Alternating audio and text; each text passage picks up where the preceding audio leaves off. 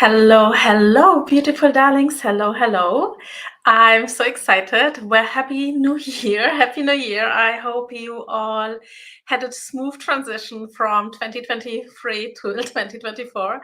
And I also hope you had a beautiful celebration, an amazing Christmas, and starting fresh and new. The vibe, obviously, like every new year is like, oh, I want to do this. And the next year will be so much better.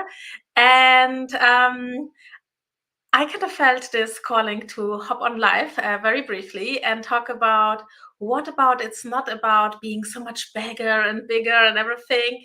What about it's like more about a proper commitment towards yourself, right? Like really more about like what about if I'm committing to me, not in terms of like, okay, like this, I will eat this, and like I will go and exercise and do and that, like these things that we kind of collectively come up with. And in January, the motivation is very high. And then by February, we already, and then maybe March, but it kind of ripples off very quickly. And then something starts coming up within us, which is shame, right? And also the sensation of like, oh, damn it, I actually didn't keep my goal or whatever, right? And then we kind of get motivated towards the mid of the year or something. But I think this underlying shame and this underlying guilt is one of the main things that I hear every single day, and I also know it from myself, and I hear it every single day from each of my clients, whether it's private clients, whether it's in coaching containers or something. And the reason is, and why I'm kind of want to bring it up here is like, why is this happening, right? And I think the main reason is because we not truly committing to ourselves. It's not, and yes, there may be subconscious patterns or whatever, right? And I mean, we can go into social conditioning and everything. But there is one very important component. It is about a true commitment towards yourself and also what you really want. Because it's easy to say, like, oh, now I will go in a keto diet, or I will do this and that, or I will be growing my business to 5 million this year, but maybe this is not your desire. Maybe it's not absolutely not your desire. Like, yes, you kind of go with whatever thing is happening on social media. And I think nowadays it's really important that we kind of get like a real sense of like, oh, is this really mine, or is this really what I think I should be wanting, right? Because everybody else has that, or like. So I think it's really more coming back into like, who do I really want? That is this really a desire that fills me up, that is really something that I feel juicy and excited about myself? Is the desire big enough? Like, like say, okay, 5 million, like, but say you made 5 million last year, or you made 4 million last year, then 5 million obviously is not probably that super exciting. If you only made like, say 20K the whole year, and you kind of was like a side hustle, then of course 5 million may be a little bit out of a stretch, I'm just giving examples here, right? I mean, kind of replace it with whatever you want. And at the same time, I kind of felt like I really want to talk about this shame topic and this subconsciously shame, and how we also come into this kind of cycle ourselves, that we kind of go into, yeah, but I wanted this and now I don't have it. And there's also obviously this topic of what happens on the outside, right? Like, we have been also conditioned not to ask too much as women. Like, we are always being conditioned to be beautiful people pleasers. We are perfect and people pleasing everybody else, but really standing up for ourselves, it's like, like, even though we think, but there's always a kind of limit where we are like, oh, actually, here I'm also going into collapsing into people pleasing. And the real invitation here is really to look like, what do you really want, and what do you really desire as your life, right?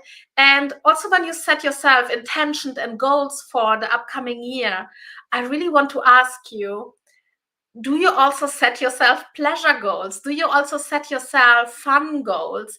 And I'm sure you set yourself goals like, yeah, for those of you who have an own business, or, like there's always a part of career, and it's fine and it's important. I'm absolutely not this kind of person who tells you don't do any goals. I set myself also financial goals. I also give myself, like, let's call it them hard goals, KPIs or something that I feel like, okay, I want to achieve that.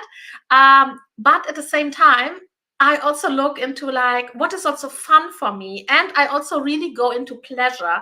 And in pleasure, I really go into the sexual pleasure goals. I really set myself pleasure goals. And it's not like that I'm sitting there and saying like, oh, I want to have 500 orgasms this year, right? I'm not counting them. But, experiences that I want to have, right?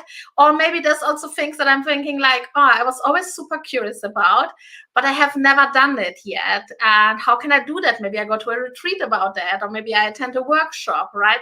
So by the way, for all of you who have never set yourself pleasure goals, I have a pleasure goal journal where you can reflect around really like your sexual life and how satisfied you are with your sexual life and what you would like to experience, right? And how you can also prioritize that. It's really like an important topic, because obviously, sexual pleasure, once this is also fulfilled and we have like so much fun and so much juiciness, it ripples out into every other area of our life. It's more than just, okay, it's just one area.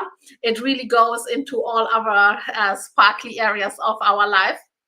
And then also we can look into non-sexual pleasure goals, right? Like maybe there's something that you always wanted to try as well. Maybe you want to go diving or swimming, sailing, or whatever. Maybe it's something very maybe much simpler. Maybe you just want to attend like a cooking class or something, like whatever it is, right? And do you put that also into your, overall year thingy? Because I think it's so easy to go into this higher, faster, quicker. And yes, okay, we can aim for expansion, but is this really expansion if this is not really what you want? Is it really expanding you just because it's quicker?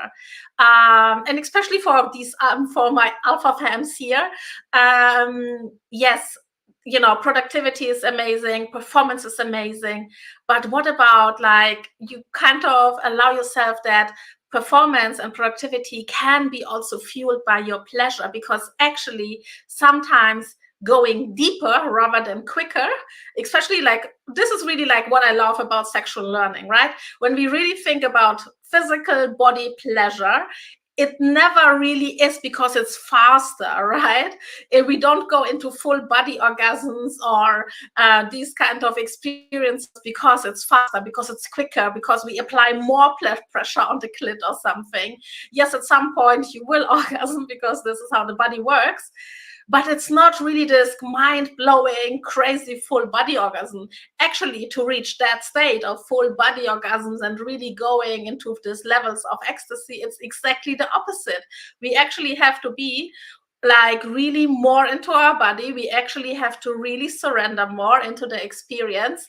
And normally it goes deeper, and it's actually, and I actually think I will start teaching men very soon, because also this is also the moment when she starts to be aroused, where actually you as a guy, you don't go quicker, you actually stay in the same pattern and speed than before, because that's when really the sensation in the body really creates all this juiciness and all this all these sensation, all these waves of ecstasy. And that's when the female body fully opens up and you go into this wow, mind-blowing full body orgasms, right?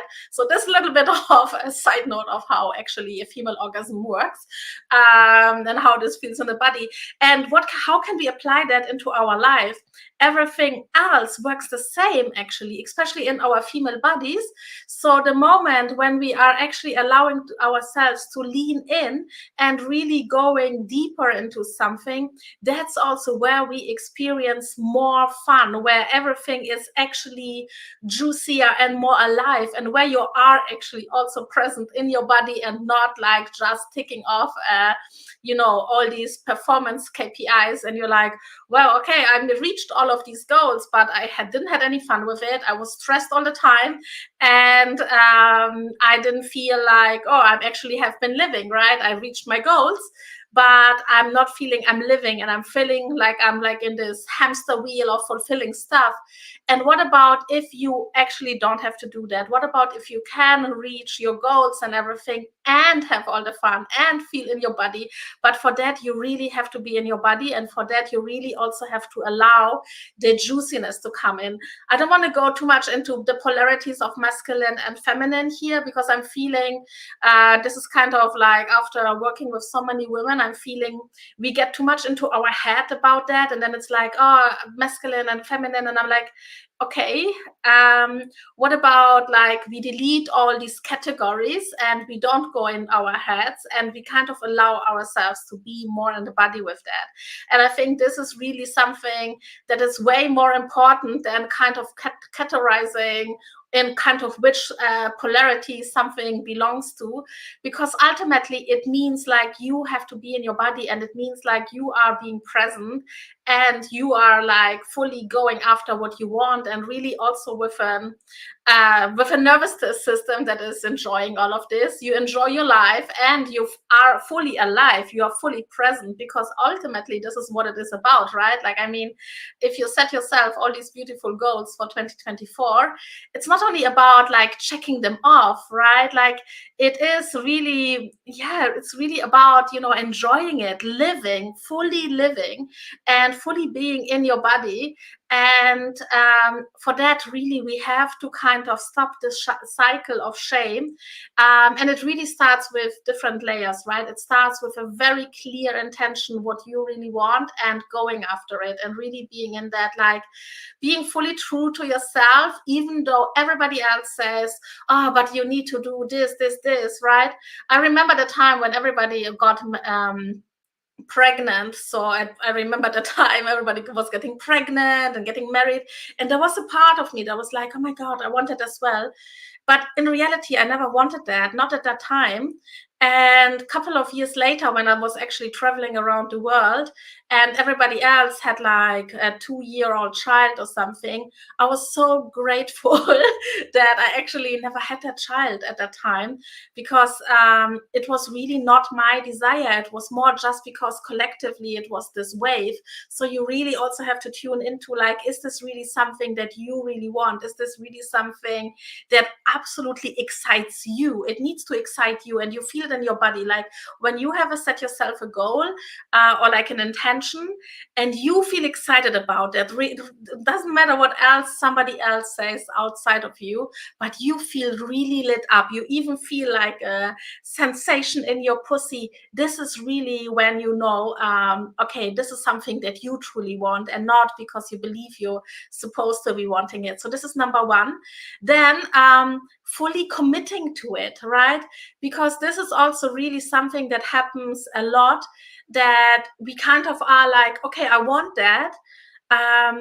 But the main reasons, I don't want to even go into belief system and clearing all of that, because I think also in the spiritual scene, we are also a little bit too busy in clearing all these blocks. I think if we would take this energy, what we use to clear up stuff, in the energy of building, it might be actually way better use of that, because also law of attraction wise, you're constantly in the past and you're creating shit rather than what you actually really want to create. So it is really about, okay, can I commit on that? Can I really say I'm going all in? And this is really here where this inner people pleaser kicks in. This is really where a lot of times we are in that state of like, whoa, I really want that, but maybe my partner will be upset. Maybe whatever, maybe I will not belong to my family anymore, right? And there are stories that are coming up for you, right? There are the moments where it is like, I remember when I quit my corporate career and I wanted to go traveling. I also had my doubts around that. But, like, I think in these moments it's super, super crucial to really feel, is this something that you want? And when you allowed yourself to feel that like juiciness and you feel like, yes, I absolutely want that, then, talk in that moment to people who have done that. Don't talk with anybody else about this, especially when you're still feeling so raw and so vulnerable around this. Really allow yourself to find people who have done something similar and kind of ask them, like connect with them. It's really important in that kind of vulnerable state to have a support network that is really supporting you in that stage, rather than, like people who are afraid themselves. Or, like, I remember when I wanted to do that travel, everybody was like, oh, this is amazing, but I would never dare to do that, right? So obviously, once I was firm with my decision and everything was clear for me, I could have that situation, that conversation. But when I was still a little bit,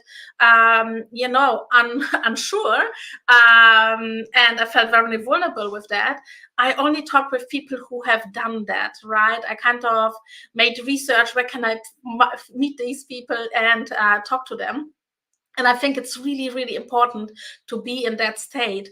But it really comes back to a proper commitment to your own life and to your desire, and also not allowing uh, inside and outside forces to shame you, because like this will pop up, right? The inner people pleaser will kind of run the show, and you will also manifest stuff on the outside with that. So for this, it's really kind of important to be in that state of like, actually, I'm committing to myself. I'm really committing to what I want. And this is really my message that I want to give you for 2024, is really to go into that state like, if I'm fully committing to my desired life, what would this be? Can I fully commit to my own pleasure? And again, I'm talking about sexual and non-sexual pleasure, but really look at both, right? Because I've like, when I talk about non-sexual pleasure, it's still easy, not always. Like I also know a lot of women who are like, oh, like, yeah, of course I would like to take a week off and go sailing, but they don't do this as well, right? But sexual pleasure is something that is absolutely not looked at. So really, this is the moment where you actually want to be looking at that, right? Like, really, how seriously do you take your pleasure? How seriously you are taking your orgasms and your sexual experiences? Maybe you always wanted to do shibari, but you're like, oh, but my partner is not interested, or I don't even have a partner. Yeah, so okay, fine, there are workshops. Why don't you attend a workshop, right? Or whatever else it may be, right? I mean, I'm just giving you a very practical example. Or maybe you want to you want to understand more about Tantra, and you're like, oh, but I don't know where. Okay, fine. Like, there are people like me, obviously, teaching that stuff. So this is the moment where you kind of reach out and, like, you decide to invest into something like that, and really committing to your pleasure and to your own expansion.